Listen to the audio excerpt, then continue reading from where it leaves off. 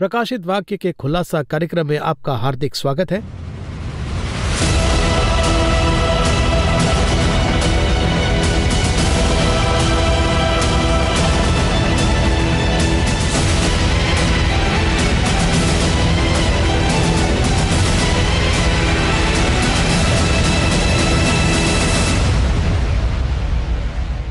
प्रकाशित वाक्य के खुलासा, इन दो शब्दों में अनेक अर्थ है।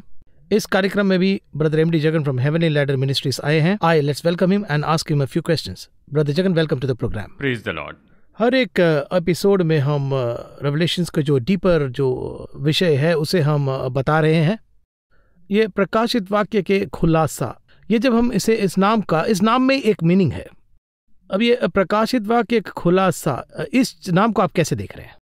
देखिए, प्रकाशित वाक्य, इस किताब का नाम प्रकाशित वाक्य है।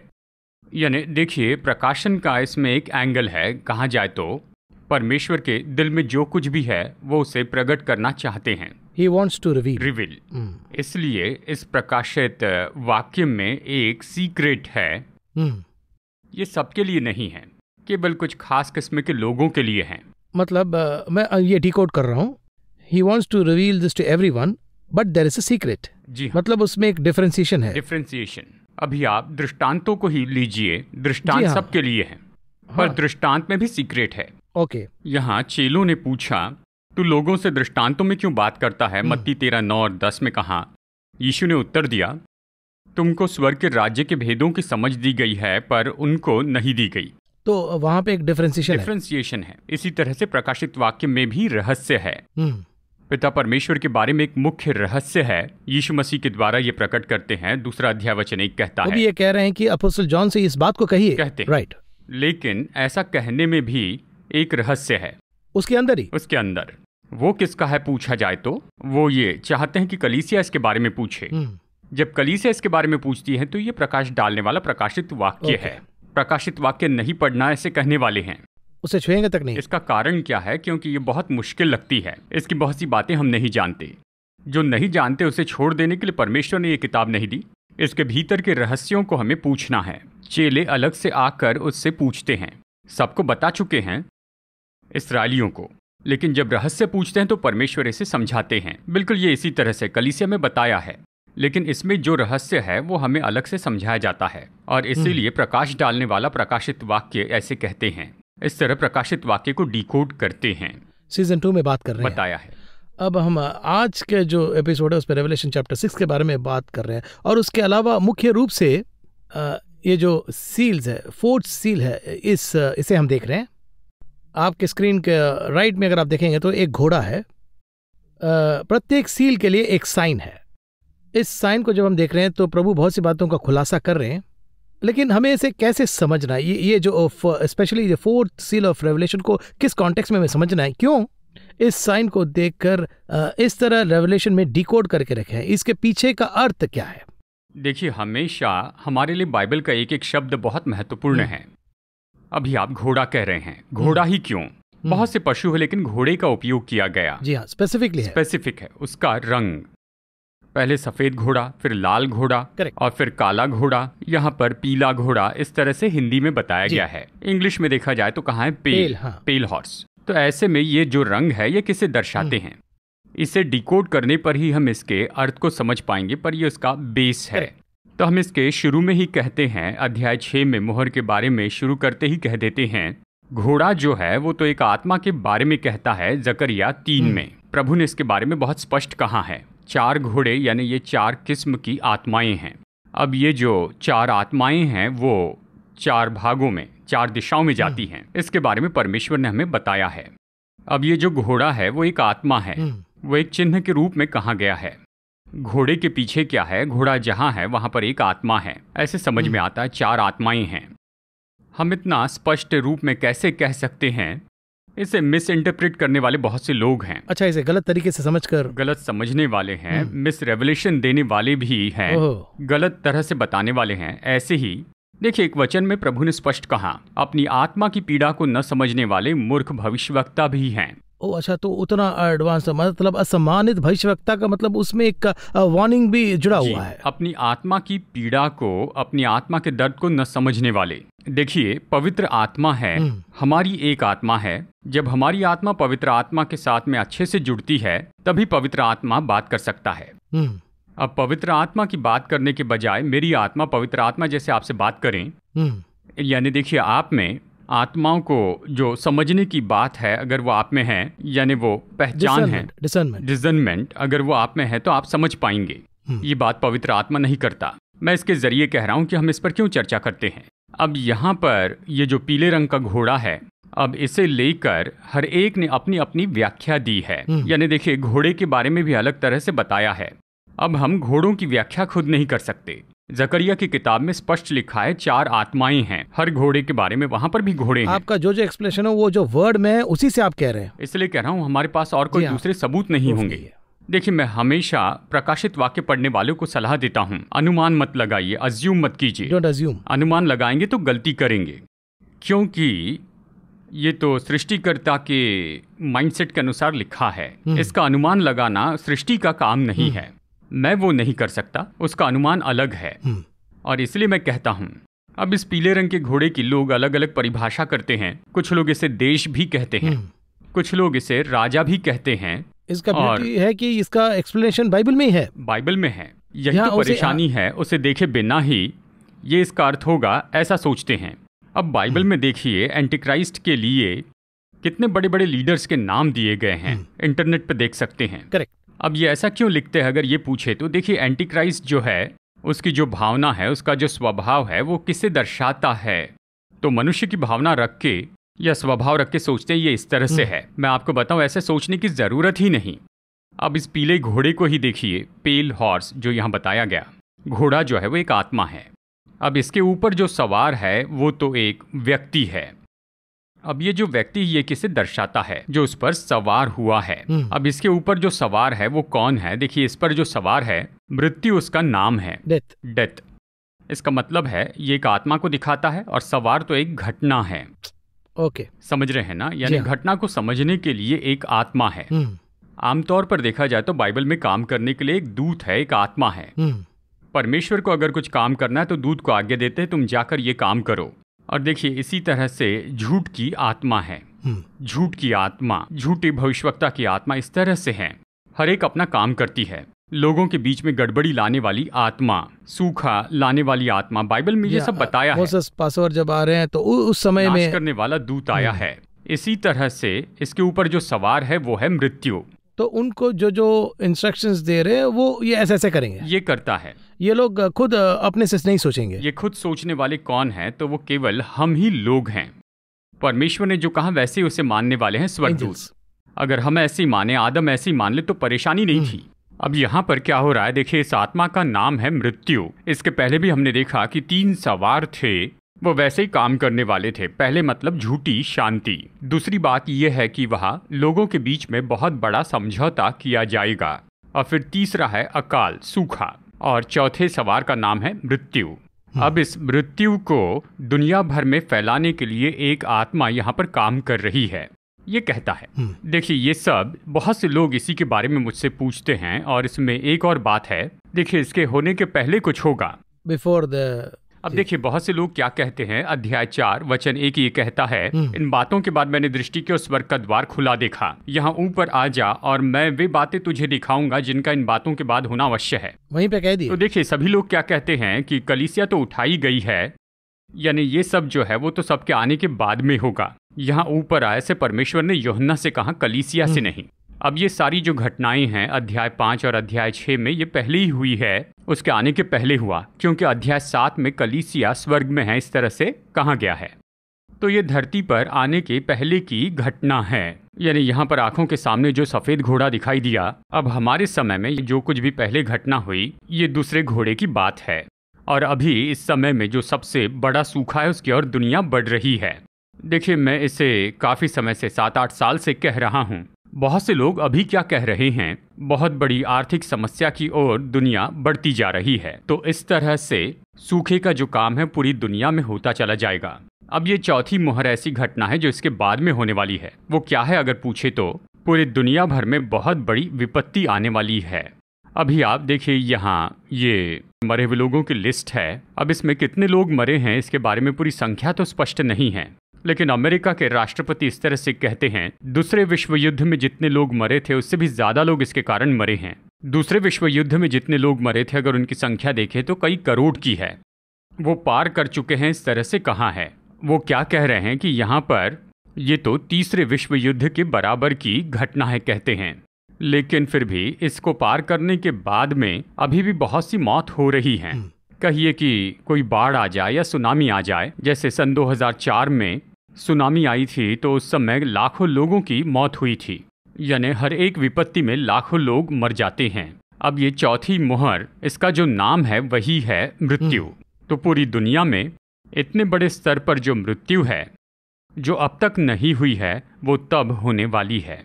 ये किस हद तक होगी अगर आप इस तरह से पूछते हैं तो भूमि की 1/4 लोग मर जाएंगे, इस तरह से यहाँ पर बताया गया है। उन्हें पृथ्वी की 1/4 पर अधिकार दिया गया कि उन लोगों को मार दे, इस तरह से ये यहाँ पर कहता है।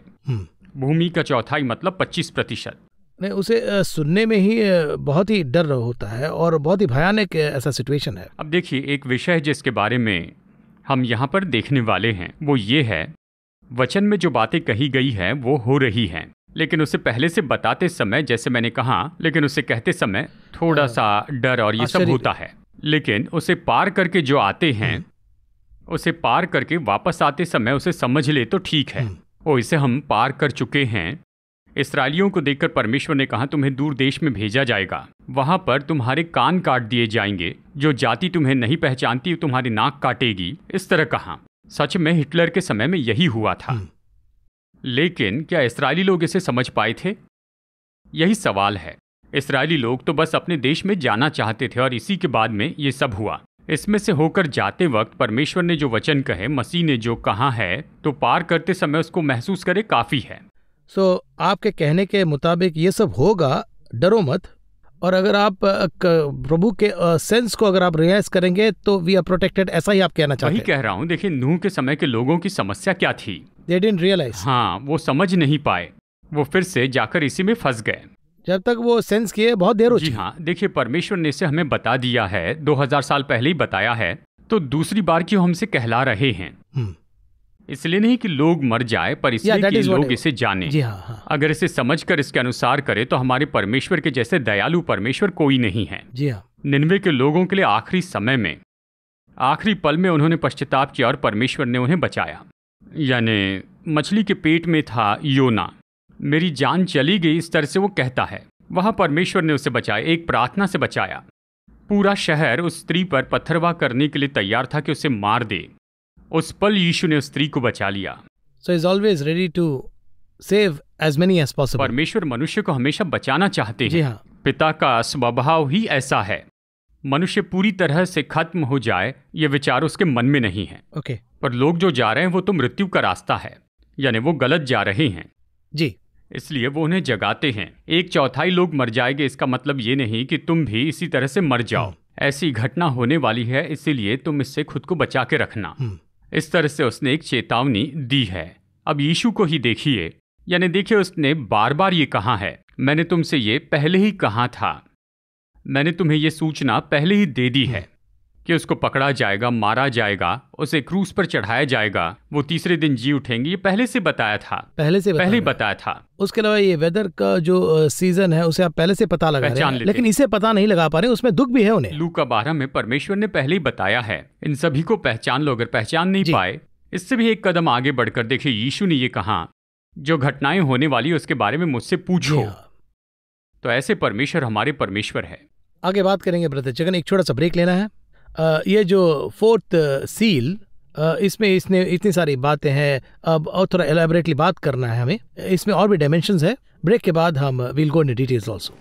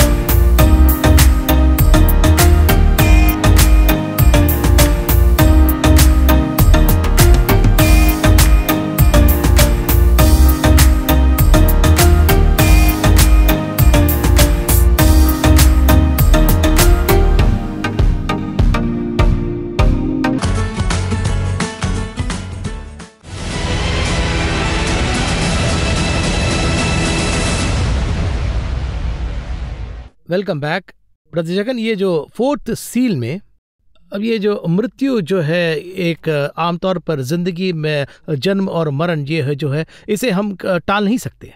Whoever is born has to उनको 70, 80, 90 जो भी है उनका। लेकिन यहाँ पर ये जो फोर्थ सील में वाइड स्प्रेड डेथ, इस फोर्थ सील में आपके कहने के मुताबिक लगभग इतने सारे मौतें होंगी ऐसा लिखा है। ये मृत्यु का जो कॉन्सेप्ट है वो यहाँ आ गया है, जब मनुष्य पाप में आया तभी आ गया। स्पेसिफिक इस फोर्थ सील में ऐसा कुछ होगा। ये मृत्यु का ये दृष्टिकोण और साधारण मृत्यु का जो दृष्टिकोण है, क्या उसे अलग करके देखना है कि कैसे देखना है? देखिए, मृत्यु तो परमेश्वर के डिजाइन में नहीं है। ओके। अनंत जीवन परमेश्वर का डिजाइन है, एवरलास्टिंग। जी हाँ, परमेश्वर के बारे में देखिए, उसके बारे में सब कुछ जो है वो तो अनंत काल का है। यानी परमेश्वर में जो कुछ भी है वो कभी मिटेगा नहीं। अदृश्य परमेश्वर ने दृश्य संसार को बनाया अदृश्य संसार के लिए। यानी अगर इस लाइन को समझ जाए तो बहुत कुछ समझ पाएंगे। अदृश्य परमेश्वर ने यह दृश्य संसार बनाया है, किस लिए? कि वो उसे अदृश्य संसार में लेकर जाए। इटर्नल। जो दिखता नहीं वो सब अनंत काल का है, और जो कुछ भी दिखता है जो हम देख सकते हैं वो तो केवल कुछ समय का है, ये मिट जाएगा। अब ये नष्ट हो जाने की जो सोच मन में अगर आ गया तो पूरा मन बदल जाएगी। देखिए, परमेश्वर जो कभी नहीं मरते, उसने मृत्यु की डिजाइन की जब पाप हुआ, इसलिए कि जब कोई मृत्यु को देखेगा तब ये जान लेगा बिना मृत्यु का एक जीवन है, मुझे वो हासिल करना है। उसे हासिल करने के लिए मुझे परमेश्वर के पास जाना है, मुझे ऐसा करना होगा। और ये भी कहते हैं कि हमने विजय पाए। जी हाँ, यही है। आदम जहाँ हारा, यीशु वहीं पर जयवंत हुए। आदम के कारण मृत्यु आई, यीशु मृत्यु पर जयवंत हुए। देखिए, ये नियम बहुत ही सुंदर है। मृत्यु को मृत्यु से जीतेंगे, एक मृत्यु से दूसरी मृत्यु को जीतेंगे। कितना बड़ा कॉन्सेप्ट है ये। अब देखिए, यहाँ पर जो मृत्यु है, ये जो मृत्यु दी गई है, ये एक चिन्ह है। यहाँ पर सब कुछ तो केवल चिन्ह है। पहला जो है वो चिन्ह है, एक झूठा समझौता, और फिर उसके बाद जो झूठा समझौता है वो लोगों के बीच में आ गया। तीसरी बात, 5 तत्व का चिन्ह। चौथा, मृत्यु का चिन्ह। हम सब की अलग अलग मृत्यु होगी, ये हम सब जानते हैं, लेकिन एक घटना भारी मात्रा में होती है, वाइड स्प्रेड से। जी हाँ, देखिए, मिस्र में जो मृत्यु है वो आदि काल से ही है, लेकिन जब पहलोठा मरा तो ये उनके लिए एक चिन्ह था। यही इसराइलियों के छुटकारे का कारण बना। इसी तरह से परमेश्वर मृत्यु को साधन के रूप में उपयोग करते हैं। अब देखिए, यहाँ पर ये जो मृत्यु, इसके कारण को देखे तो ये तो केवल उसके फल हैं। यानी उन्होंने जो कुछ भी किया, परमेश्वर ने उन्हें बचाना चाहा, उनको उसने सही रास्ता बताया। अगर इसके बाद भी वो उसका पालन नहीं करेंगे तो उनके साथ ये होगा। ये सबके लिए नहीं है। तो अभी आप मृत्यु को ले ले तो अब तक दुनिया ने जो देखा नहीं, ऐसे स्तर पर ये 1/4 लोग मरेंगे, तो वहीं पर हम इसे हासिल करने वाले हैं। तो देखिए, अब इस मृत्यु का वो कैसे सामना करते हैं, ये महत्वपूर्ण है। देखिए, 4 चिन्हित मृत्यु एक साथ हो रही, ये कहते हैं। अगर आप इसे अलग से अच्छे से देखें, तलवार से मृत्यु, तलवार यानी सोर्ड से मृत्यु कहा गया। प्रकाशित वाक्य 6:8 में लिखा है तलवार। देखिए, तलवार यानी युद्ध से मृत्यु, ठीक है। फिर उसके बाद में अकाल से मृत्यु, अकाल यानी अकाल से लोग मरेंगे। तीसरी बात है मरी से मृत्यु। अब ये मृत्यु कौन सी है ये पूछा जाए तो दूसरे अनुवाद में कहा गया है ये प्राकृतिक आपदाएं हैं, यानी भूकंप, सुनामी, यानी नेचुरल जो प्राकृतिक विपत्तियां हैं। चौथी बात, पृथ्वी पर के दुष्ट वन पशु के द्वारा मृत्यु। अच्छा, उसमें ऐसा क्यों लिखा, ये बताइए जरा। दुष्ट जानवरों से होने वाली मृत्यु को आप देख रहे हैं, आपको ये सब पता है, हम उसमें से गुजर रहे हैं, लेकिन क्या वो यही है, ये बात हमें पता नहीं है। हमें बाइबल की भाषा को थोड़ा समझना होगा। अभी जो वायरस आ रहे हैं उन सबको देखिए। अभी के केवल कोरोना के बारे में नहीं कह रहा हूँ, इसके पहले जितने भी वायरस आए देखिए हर एक वायरस के पीछे एक पशु है। अब ये जो वायरस है ज़्यादातर यानी 99.99% ये अपने आप नहीं बनते हैं, इन्हें बनाया जाता है। इन्हें बनाने वाले कौन है ये हम नहीं जानते हैं। वायरस खुद पैदा नहीं होते। अब कंप्यूटर में वायरस आते हैं तो क्या खुद आते हैं, यानी कोई क्या करता है, माल फंक्शन करते हैं, किसी तरह से ये पैदा होते हैं। यानी जानवर के साथ में मिलने से या फिर उससे लड़ने की वजह से, कहिए कुछ पशु जो है खाने से, या फिर उनके साथ में ज़्यादा घुल मिल कर रहने के कारण वायरस आते हैं।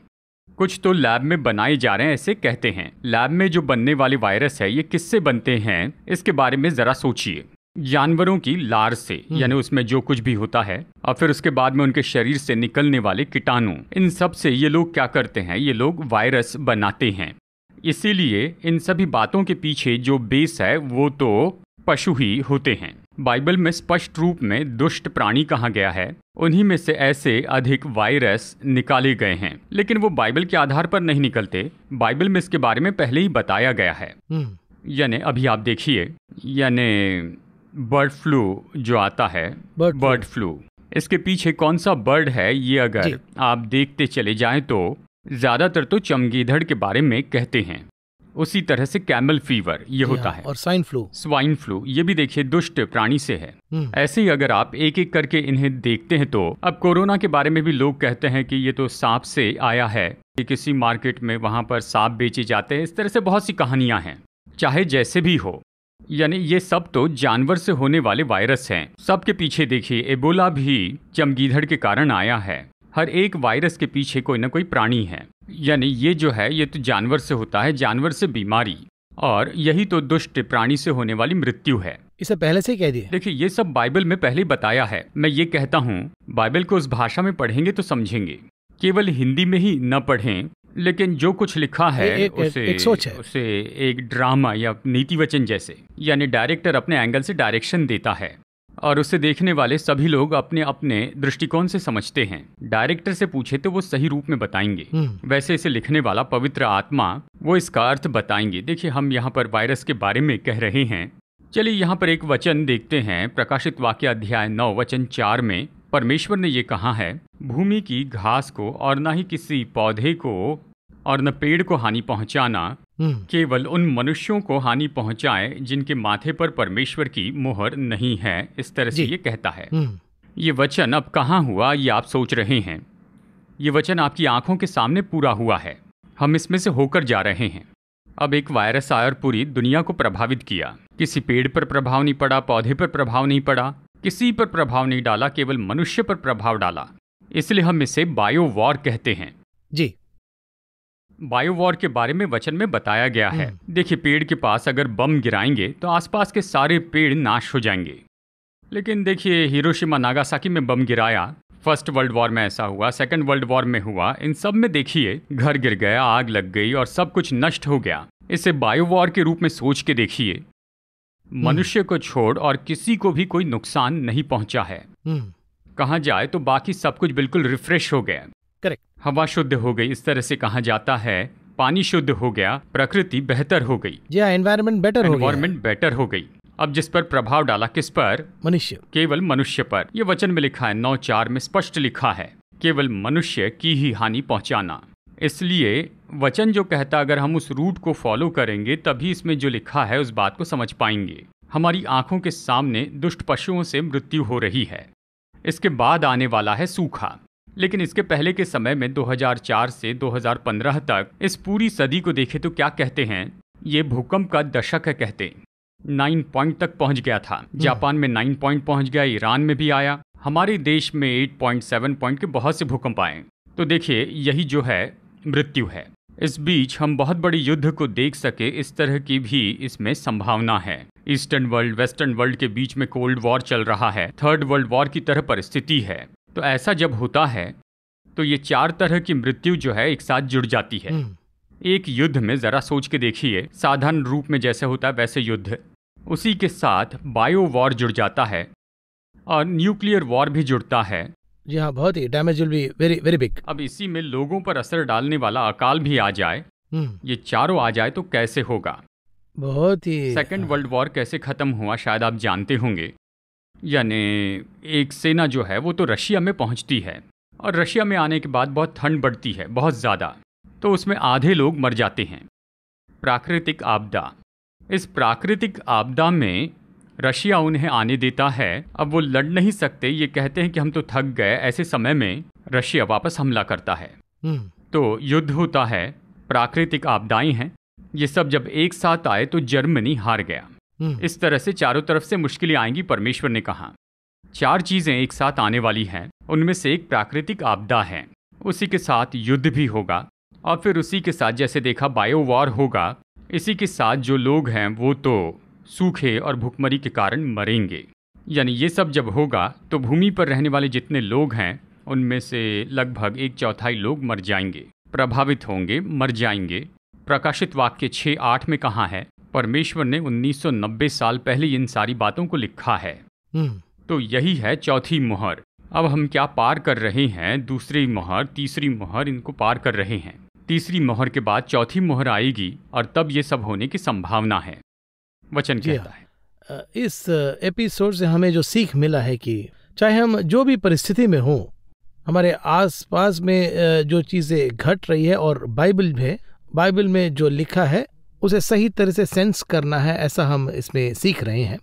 और सिर्फ सेंस ही नहीं, उसे सेंस करने से ही बाकी के कामों को परमेश्वर देख रहे हैं, इसको हम इनडायरेक्टली कह रहे हैं। मेरी बात सही है ना? जी हाँ, यहाँ पर यह ऐसा क्यों दिया गया है, यानी जो कुछ हो रहा है उन घटनाओं को वचन के साथ मिलाकर देखें। मैंने पहले ही कहा था जब ये होगा तो जान लेना कि ये समय कौन सा है। तो उस समय बचने का रास्ता भी मैंने तुम्हें बता दिया है।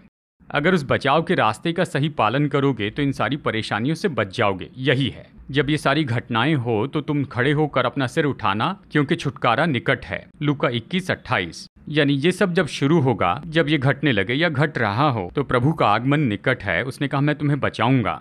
अगर हम इसे एक ढंग से सोचे तो ये तो उसके आगमन के चिन्ह की तरह देख सकते हैं।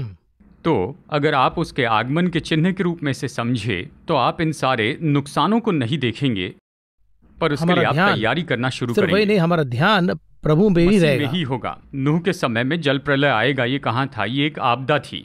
इसका उद्देश्य क्या था? अगर उससे बचना है तो अपने लिए नाव तैयार कर लो।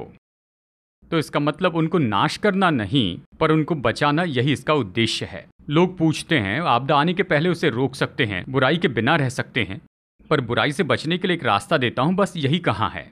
बहुत से लोग कहते हैं कि परमेश्वर को बुराई हटा लेनी चाहिए, लोगों को क्यों नाश करे कहते हैं। बुराई होने पर ही प्रभु से मुलाकात करना, ये तो निश्चय सही है, यही न्याय भी है। उस जहाज के द्वारा बचाने का रास्ता भी ये उसके न्याय को दर्शाता है। तो यहाँ परमेश्वर इसके द्वारा हमें मिटाना नहीं चाहते, हमें बचाना चाहते हैं, यही उसका उद्देश्य है। इस फोर्थ सील ने हमने क्लियरली एक्सप्लेन कर दिया है और इसके अंदर जो विषय है उसे भी हमने एक्सप्लेन कर दिया। और दूसरा जो मुख्य विषय है, इसका जो अर्थ है वो बाइबल में ही है, हमने नया कुछ क्रिएट नहीं किया है। जरूरत भी नहीं और हमें आवश्यकता भी नहीं। सो इससे हम जो सीख रहे हैं, एवरीथिंग गॉड इज रेवलेशन में एक रेवलेशन। इसलिए प्रकाशित वाक्य के खुलासा अब ये कह रहे हैं। अगले जो एपिसोड में हम और डिटेल में फिफ्थ सील में जाएंगे। इस एपिसोड में आपने फोर्थ सील को बहुत डिटेल से एक्सप्लेन किया। इस कार्यक्रम में आने के लिए धन्यवाद। अगले हफ्ते एक और एपिसोड में हम आपके साथ फिर से मिलेंगे।